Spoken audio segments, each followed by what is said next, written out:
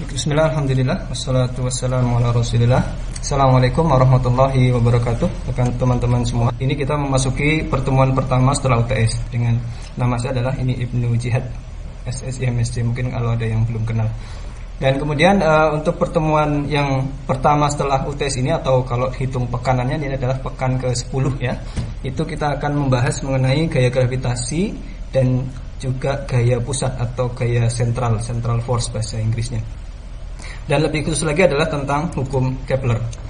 Kita akan mendeskripsikan mata kuliah dan juga CPMK-nya kembali ya. Kita refresh lagi. Ini untuk apa sih kuliah ini dan seterusnya. Kemudian saya akan menjelaskan juga materi pembelajaran yang ada dalam kuliah ini, sekaligus refresh atau mengingat kembali apa yang kemarin sudah teman-teman pelajari dan apa yang akan kita pelajari sampai UAS nanti ya.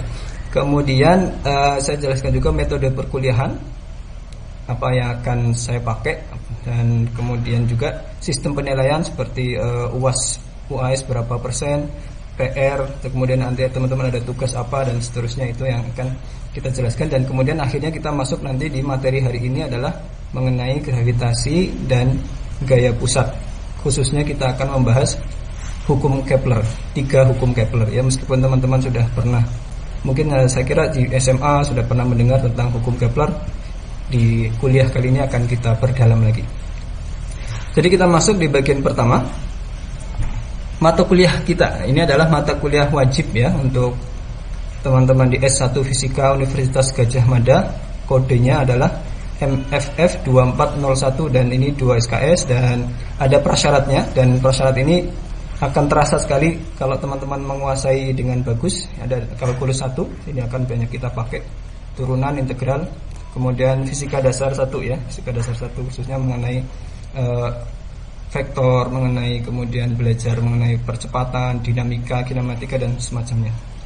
Nah, kemudian secara umum ya, mata kuliah ini memiliki CPMK atau capaian pembelajaran mata kuliah ya. CPMK punya CPMK ada 2. Yang pertama, teman-teman mampu menjelaskan dan menyelesaikan kasus dinamika gerak benda tunggal. Jadi yang one body problem atau single, satu benda tunggal, misalnya benda partikel atau semacamnya ya.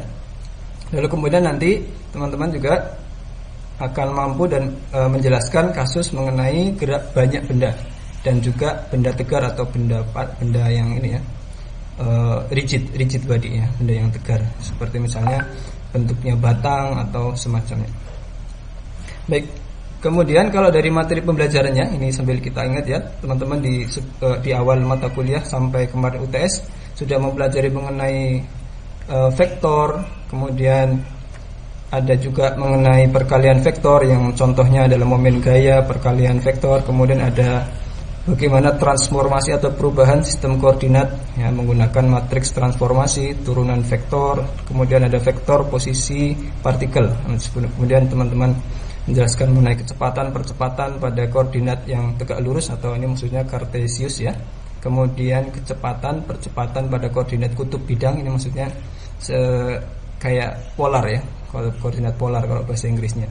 Dan kemudian pada koordinat silinder dan bola. Lalu juga ada pembahasan mengenai mekanika Newtonian dan gerak lurus partikel, hukum Newton dan seterusnya, sampai kemudian gaya yang bergantung pada posisi. Nah, ini nanti muncul kemudian gaya konservatif gitu ya, dan seterusnya. Lalu juga dibahas mengenai osilasi gaya gaya balik linear, osilasi pada gerak harmonik, lalu kemudian gerak osilasi yang teredam sampai kemudian yang paksa, yang force, kemudian ada resonansi. Nah, kemudian juga sudah mempelajari gerak umum partikel 3 dimensi ya, gerak partikel 3 dimensi. Ini sambil diingat-ingat nih, masih pada ingat nggak ini ya? Ada fungsi energi potensial, gerak 3 dimensi, operator del, gaya dengan yang separable yang bisa dipisahkan, kemudian ada gerak proyektil dan seterusnya. Sampai kemudian sistem referensi atau kerangka acuan yang non inersial ya. Misalnya kita berada di suatu kerangka acuan yang dipercepat, kita kemudian merasakan muncul gaya inersia, kemudian merasakan misalnya contohnya sistem koordinat yang berputar contohnya ya. Dan kita bahas dinamika di sana, sampai contoh adalah efek rotasi bumi dan juga ada pada kejadian pendulum Foucault ketika dia mengalami rotasi, ya, buminya mengalami rotasi, kita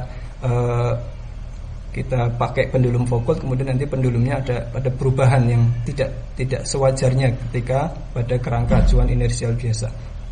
Nah, kali ini yaitu 5 tadi sudah semua. Dan pada pertemuan pertama ini yang sekarang akan kita bahas adalah gaya gravitasi dan gaya pusat, ya, secara umum gaya pusat. Kalau gaya gravitasi kan contoh khusus dari gaya pusat atau gaya sentral. Nah, kita akan membahas gaya gravitasi pada bola seragam dan suatu partikel, kemudian hukum Kepler, hukum 1, 2, 3 begitu. Dan pertemuan berikutnya akan dibahas energi potensialnya, ya, dan juga yang ketujuh dinamika sistem partikel. Saya tidak banyak jelaskan karena belum teman-teman hadapi, ya. Jadi mungkin belum ada bayangan, tapi setidaknya kalau yang nomor 6 ini tentang gaya sentral, ya. Kemudian gaya 7 nanti kita akan membahas kalau sistemnya mulai banyak benda. Kemudian nanti kita mengenal pusat massa dan seterusnya. Dan kemudian nanti ada mekanika benda rigid, ya, benda tegar. Dan sampai yang terakhir, yang ke-9 terakhir, kita akan belajar mengenai bagaimana rotasi pada benda tegar sampai nanti ketemu persamaan gerak Euler gitu, ya. Kemudian mencari tensor momen inersia dan seterusnya, ya, sampai ada sudut Euler juga. Nah, ini materi pembelajaran kita, ya, sampai setelah UTS. Lalu kemudian metode perkuliahan kita nanti akan ada ceramah tentunya oleh saya begitu, dan nanti bisa berbentuk PowerPoint, bisa berbentuk penjelasan di papan tulis, menulis persamaan, penurunan dan seterusnya. Ada juga video pembelajaran, nanti akan saya berikan linknya. Dan kemudian ada diskusi kelas atau cooperative learning, jadi nanti akan dibuat tugas kelompok, ya, selama 1 semester ini, project lah, semacam term project kalau bahasa kerennya.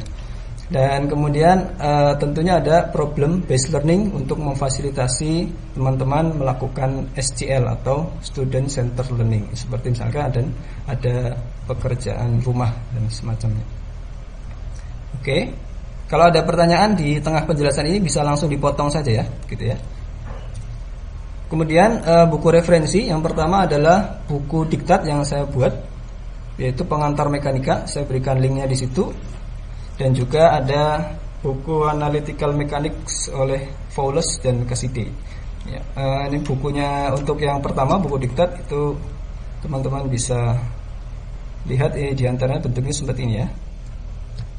Itu untuk babnya itu ada kurang lebih mirip, ya, hanya beda satu bab. Di bagian awal saya berikan seperti pengantar, kemudian bagian yang lain sudah mirip dengan RPKPS kita tadi itu, dengan materinya itu. Dan secara khusus nanti kita akan mulai bahas dari bab 7, ya, gravitasi, gaya sentral dan seterusnya. Kita akan banyak pakai ini. Secara mudahnya kalau teman-teman bisa menguasai buku ini ataupun buku yang referensi yang bahasa Inggris yang tadi Fowles itu, maka itu sudah dipastikan teman-teman menguasai mata kuliah ini, gitu, ya. Baik, itu buku diktatnya. Lalu kemudian video pembelajaran dan sumber lain yang mendukung. Video pembelajaran ada saya taruh di YouTube. Ini linknya, nanti teman-teman bisa klik, ya. Saya bagikan juga PowerPoint ini. Nah, di sana nanti ini adalah rekaman video pembelajaran yang saya buat semasa COVID kemarin. Oke, sistem penilaian sekarang. Sistem penilaiannya adalah 50% nilai berasal dari awal kuliah sampai UTS, yang mana itu diampu oleh dosen pengampu pertama, ya. Mungkin ada yang diampu oleh Pak Imam, ada yang diampu oleh Pak Yosef, atau Pak Mitrayana, dan kemudian yang 50% berikutnya dilanjutkan oleh saya dari pekan ke-10 ini sampai nanti UAS. Nah, yang 50% saya itu komponennya adalah 25% dari ujian akhir semester tersebut, UAS. Lalu kuis di kelas, jadi nanti ada kuis, ya, siap-siap. Lalu pekerjaan rumah, ada PR 15%, dan proyek kelompok itu 5%, ya, gitu. Nah, itu sistem penilaiannya. Lalu setelah selesai ini kalau ada pertanyaan silahkan. Kalau tidak ada berarti nanti kita akan siap masuk ke materi ini ya. Hari ini kita akan belajar 5 materi. Oke, ada hukum gravitasi umum Newton, ada gravitasi oleh bola seragam, luasan setara, dan seterusnya. Baik, apakah sudah siap ini? Coba saya cek dulu, sudah siap belum ini? Mas Dana, Mas Yuda sudah siap ini? Ya, ini ngecek ngantuk apa enggak ini. Baik, dan ini ada kuis di akhir kelas, jadi silahkan dicatat bagian-bagian pentingnya, dan ingat tadi ya 5% dari penilaian itu akan masuk di kuis. Kita lanjutkan. Oke, kita masuk bagian pertama. Apakah gaya pusat atau gaya sentral itu? Nah, ini pertanyaan ya. Coba saya mau dengar pandangannya ini sebenarnya Miftah Hadi ini yang nyalain kamera ini. Apa itu? Apakah gaya pusat atau gaya sentral? Ada orangnya enggak ini ya? Ya silakan. Terpusat, Pak. Terpusat gimana maksudnya, Mas? Ya. Tergantung jarak, Pak. Tergantung jarak. Tergantung jarak dan terpusat gitu ya. Oke, baik, kita tampung. Jadi gaya yang terpusat dan bergantung jarak. Ada yang mau nambahkan sebelum saya sampaikan jawabannya? Harus arahnya ke pusat atau boleh menjauh dari pusat? Ini kepada yang lain. Harus masuk ke pusat atau boleh menjauh? Gimana, Mas Yuda? Harus ke pusat. Harus ke pusat. Oke. Baik ya, itu kurang lengkap sebenarnya, kita berikan jawabannya nih. Jadi gaya yang selalu mengarah menuju atau menjauhi pusat koordinat. Menjauh boleh, Mas. Ya, menjauh boleh. Contohnya kalau yang menuju pusat ya gravitasi kan, kalau dia ada di P1 arahnya ke pusat koordinat. Nah, katakan di sini ada massa besar seperti matahari gitu ya. Ini planet, berarti ke arah situ. Kalau ada di P2 dia arahnya ke sana. Nah, sekarang kalau misalnya massa di sini itu adalah elektron gitu. Terus massa yang di sini adalah elektron juga. Termasuk gaya sentral bukan? Kan termasuk ya kan, termasuk gaya sentral, gaya pusat. Dan itu kan arah gayanya nanti menjauh dari pusat, tapi tetap searah dengan vektor vektor R ini gitu. Oke, dan tentunya kita bebas mencari pusat koordinatnya ya. Oh, ini koordinat, mohon maaf salah tulis. Koordinat harusnya. Jadi kita misalkan tentukan pusat koordinatnya di massa yang satunya itu, di pusat matahari. Walaupun kadang-kadang kalau katakanlah elektron dengan elektron, kalau kita lihat kan dari luar dua-duanya gerak semua itu. Nah, jadi nggak kelihatan gaya sentralnya. Tapi kalau kita bisa pilih koordinatnya di suatu titik yang pas, katakan di salah satu elektronnya, maka kita dapatkan gaya pusat atau gaya sentral. Oke ya, kita lanjutkan. Kalau ada pertanyaan atau ada yang belum jelas bisa disela, silahkan, atau bisa di jumlah partikelnya berapa? Ya, jumlah partikelnya untuk yang sekarang malah kita anggap yang kita tinjau satu partikel, Mas. Yang satu dianggap konstan, dianggap fix gitu. Nah, jadi misalnya kalau ada 2 elektron, berarti yang satu kita taruh aja di sini, anggap dia ada di pusat koordinat yang kita tinjau satunya. Nanti kalau untuk 2 benda, banyak benda di bab 8, bab berikutnya gitu. Ya, terima kasih Mas Dana atas pertanyaan. Jelas ya? Baik, kita lanjut. Kenapa kita mempelajarinya? Nah, ini ya, motivasinya apa nih? Yaitu karena ini adalah fondasi penting yang banyak sekali terapannya, aplikasinya. Bisa untuk gerak planet, gerak roket ya, roket terbang itu kan kena gaya sentral. Gerak partikel kecil seperti elektron tadi sudah disebutkan. Gerak partikel bermuatan juga disebutkan, sampai juga nanti gerak partikel kuantum. Baik, jadi itu motivasinya ya. Kita lanjut sekarang di bagian pertama, hukum gravitasi Newton ya. Hukumnya adalah setiap partikel dalam alam semesta menarik partikel lain itu ya. Jadi M1 menarik MI menarik MJ, dan besarnya itu sebanding dengan hasil kali masanya M1 kali MI kali MJ, dan berbanding terbalik dengan kuadrat jarak. Lalu arahnya adalah sepanjang garis hubungnya. Nah, ini vektor Fij dan vektor Fji ini saya geser dari titiknya. Nanti kalau saya tumpuk jadi satu nggak jelas, jadi ini saya geser ya. Maka vektor gaya sentral dari Mj menarik Mi itu yang Fij ke sana. Kemudian Mi ditarik oleh Mj itu vektornya ini. Tapi arahnya dari sini ke sini ya. Teman-teman perlu geser ini ke sini.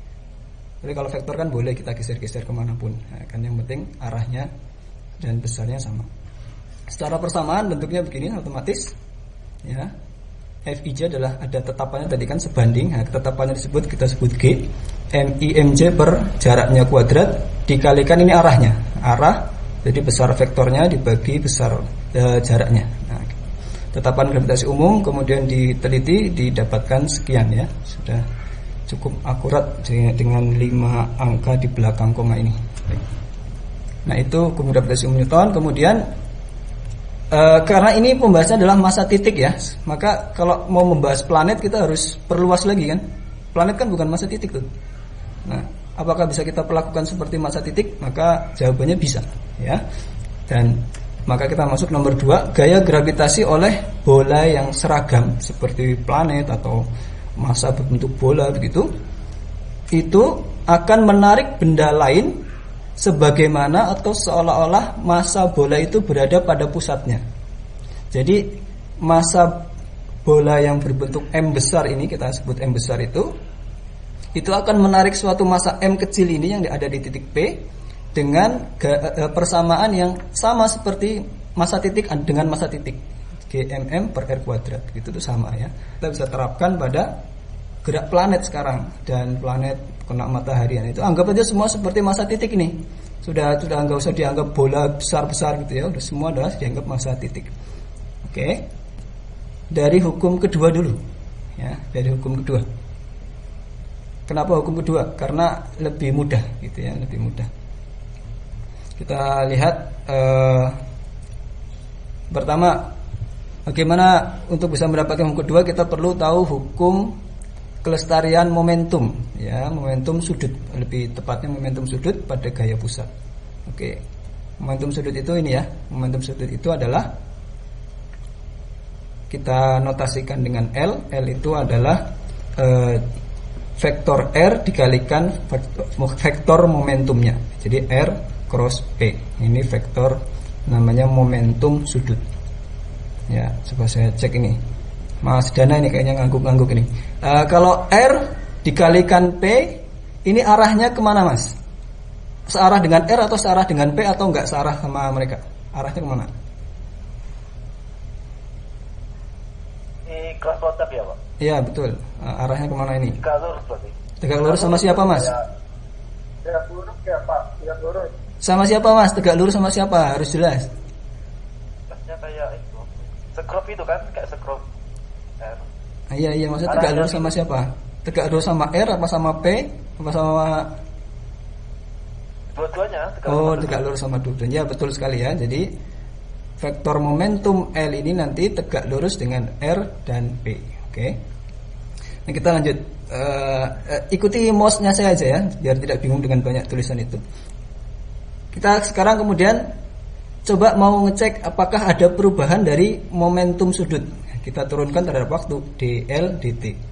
Ya, kita turunkan terhadap waktu. Masukkan definisi tadi, L adalah R cross P gitu. Nah, ini karena perkalian vektor itu berlaku turunan itu seperti ini. Jadi bagian yang pertama diturunkan jadi V dikalikan yang P tanpa perubahan ditambah R dikalikan turunan yang kedua dp dt gitu ya. Seperti ini. Nah, V kecepatan, P momentum. P itu sendiri adalah, nah ini di sini. P adalah massa kali kecepatan. Oke. Massa ini skalar, kita titip dulu keluar ya. Jadi sekarang kita ketemu V cross V. V cross V itu selalu 0 ya kan, karena V cross V itu kan berarti besarnya V kali besarnya V dikalikan sin sudutnya. Sin apa cos ya? Sin ya, sin ya. Bener nggak? Kalau ini, kalau cross product ini, sin atau cos?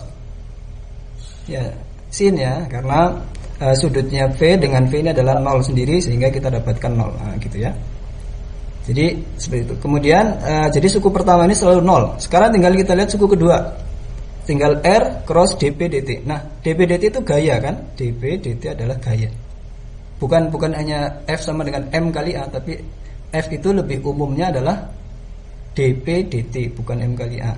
Jadi maka kita dapatkan semacam itu. Nah, jadi DL perubahan momentum sudut per waktu adalah R cross F. Oke, L cross F.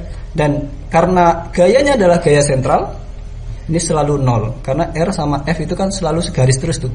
Sudutnya entah 0 itu kalau dia sudut vektor R dengan vektor F satu arah.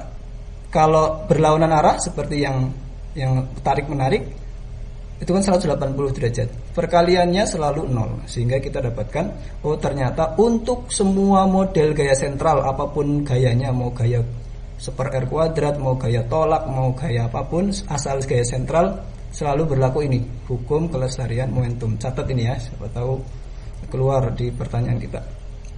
Oke, sekarang besar momentum sudutnya kita dapatkan L adalah selalu MR kuadrat theta dot.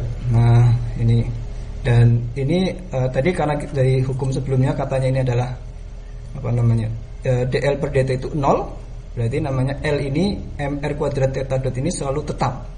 Walaupun R kuadrat berubah-ubah, theta dot boleh berubah, tapi hasil perkalian ini selalu tetap. Oke, ini penting dicatat ya. Oke, dari situ kemudian kita bisa membuktikan hukum Kepler kedua, laju sapu luasan. Jadi katakan ini harusnya 0 ya, kepotong. Maaf. Ada massa titik di R, kemudian dia pindah ke sini. Nah, pindah ke sini. Sekarang kita mau lihat laju sapu luasan ini. Luasan yang dibentuk oleh segitiga dari sini ke sini. Itu adalah setengah kali R cross DR. Ini secara umum begitu kalau dalam bentuk vektor ya. Ini sudutnya sudah dihitung di sini nanti. Nah, jadi setengah R cross DR.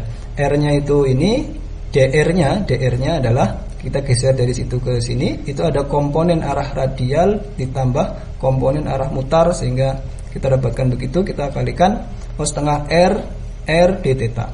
Ya. Kalau ini kita turunkan terhadap waktu jadi A dot, kita dapatkan bentuk ini nih, R kuadrat theta dot. Apa ini? Ini mirip dengan L tadi, R kuadrat theta dot ya kan? Cuma bedanya bagi 2M. Jadi L kuadrat bagi 2M. Kalau masanya tetap, masa planetnya tetap, 2 tentu saja tetapan sehingga ini juga tetap. Maka kita dapatkan hukum kedua Kepler, dA per dt, laju sapu tetap. Kita simpulkan. Jadi artinya di sini pelan-pelan gitu ya, karena panjang jari-jarinya kan, jadi harus menyapu luasnya juga. Kalau cepat-cepat nanti terlalu luas, nah, maka dia pelan di sini. Kalau di sini cepat, gitu ya. Hukum pertama Kepler maaf, adalah hukum elips. Masing-masing planet elips itu adalah elips dengan matahari berada di salah satu fokusnya gitu ya.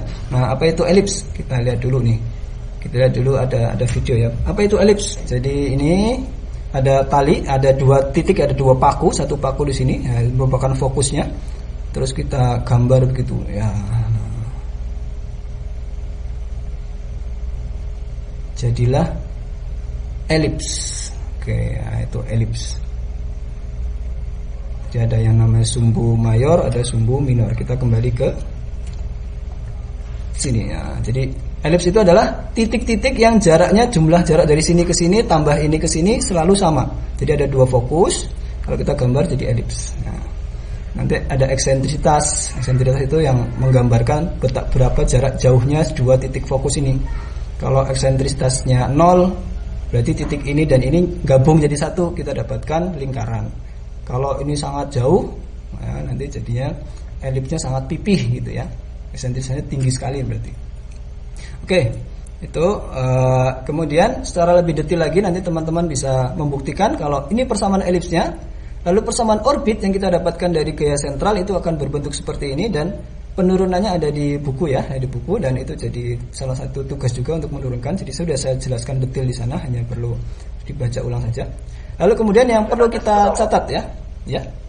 Tetanya itu sudut antara apa sama? Oh ya, theta ini adalah sudut dari Sini Mas, misalkan mataharinya di sini ya. Nah, theta itu adalah sudut dari sini, dari titik terdekat ke lokasi planet. Misalkan dia 1 bulan ada di sini dari situ. Itu namanya theta. Ya, gitu ya, jelas Mas Dana ya. Oke, good. Kemudian catatan penting.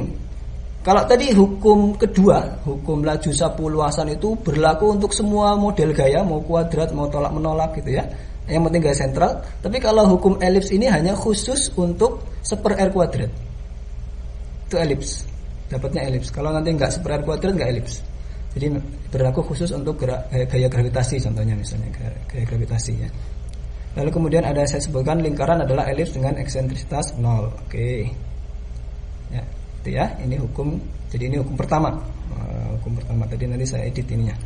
Kemudian hukum ketiga sekarang. Hukum ketiga, kalau bentuk persamaan lengkapnya adalah tau square atau ini adalah periode kuadrat adalah 4pi kuadrat per g masa matahari A pangkat 3. A pangkat 3 A-nya ini adalah jarak sumbu semi mayor, sumbu yang panjang tadi kalau di elips yang panjang tadi ini ya, jarak dari sini ke sini ini namanya adalah A. Sumbu semi mayornya. Itu triknya. Kalau kita sudah tahu si bumi berapa, kita bisa cari planet yang lain. Nah, ya, ini hukum ketiga. Tapi lebih detailnya lagi, saya ke sini ya, ke sini dulu. Hukum ketiga ini hanya berlaku untuk benda-benda yang mengorbit pusat yang sama-sama mengorbit matahari ya, gitu ya. Tidak berlaku untuk membandingkan Mars dengan bulan misalnya. Karena bulan itu kan tidak mengorbit matahari, mengorbitnya bumi. Nggak bisa, jadi nggak bisa untuk kita datanya bumi digunakan untuk menghitung bulan gitu, nggak bisa. Tapi kalau misalnya bulan mau dibandingkan dengan satelit yang mengelilingi bumi boleh, bisa gitu. Jadi periodenya dipakai periode bulan, 1 bulan gitu. Jaraknya sekarang jarak bumi bulan itu nanti bisa. Nah ini. Lalu kemudian catatan yang lain adalah persamaan ini tidak eksak dan perlu direvisi untuk kasus 2 benda. Nanti kalau 2 benda ada tambahan koreksinya. Lalu kemudian ini tips yang menarik ini untuk PR teman-teman semua nanti. Kalau asteroid yang diam ya, bisa katakan tiba-tiba ada asteroid yang nabrak suatu benda terus tiba-tiba kecepatannya hilang habis gitu, sehingga dia diam, dia kan langsung tertarik matahari tuh. Nah, dengan bantuan hukum Kepler ketiga ini kita bisa tahu waktu ya, waktu jatuhnya asteroid itu ke matahari kalau kita tahu sumbu semi mayornya gitu ya, gitu. Oke, untuk penurunannya sebenarnya bisa kita jelaskan secara mudah, tapi karena waktunya tidak cukup ya, jadi nanti bisa dilihat di buku kita ya. Dan materi kita cukup sampai di situ. Ada pekerjaan rumah untuk teman-teman, misalkan buktikan tadi gaya gravitasi planet yang bermasa bola planet yang besar itu dapat dianggap seperti massa partikel ya. Jadi hanya mereview buku, kemudian turunkan hukum Kepler kedua tentang elips. Lalu nomor 3 ini tadi contohnya adalah asteroid sedang bergerak, kemudian tiba-tiba diam karena nabrak gitu. Kalau jaraknya kita ketahui 3 satuan astronomis, berapa lama waktu yang diperlukan untuk mencapai matahari. Petunjuknya adalah waktu dari asteroid ini dari diam sampai menuju matahari itu bukan 1 periode. Hati-hati ya, bukan 1 periode. Dia baru mencapai setengah elipsnya itu nih ya. Oke ya, dan dikumpulkan pekan depan. Nah, kemudian sekarang kita kuis sebentar, silahkan dibuka kuisnya. Ya, oke ya. Jadi ini sudah masuk nilai-nilainya dan kita lihat ternyata rata-ratanya di 77. Oke, kita lihat pertanyaan apa nih yang membingungkan ya. Pertanyaan yang paling banyak salah adalah kalau kita menerapkan hukum Kepler ketiga menggunakan data bumi mengelilingi matahari untuk mengetahui orbit satelit planet Jupiter mengelilingi planet Jupiter tersebut, bisa apa tidak? Jawabannya tidak bisa, karena beda pusatnya. Bumi mengelilingi matahari, satelit mengelilingi planet Jupiter, nggak bisa ya, jadi tidak bisa. Baik, sekian pertemuan kita pada kesempatan kali ini. Sampai jumpa pada pertemuan berikutnya. Kita tutup. Assalamualaikum warahmatullahi wabarakatuh.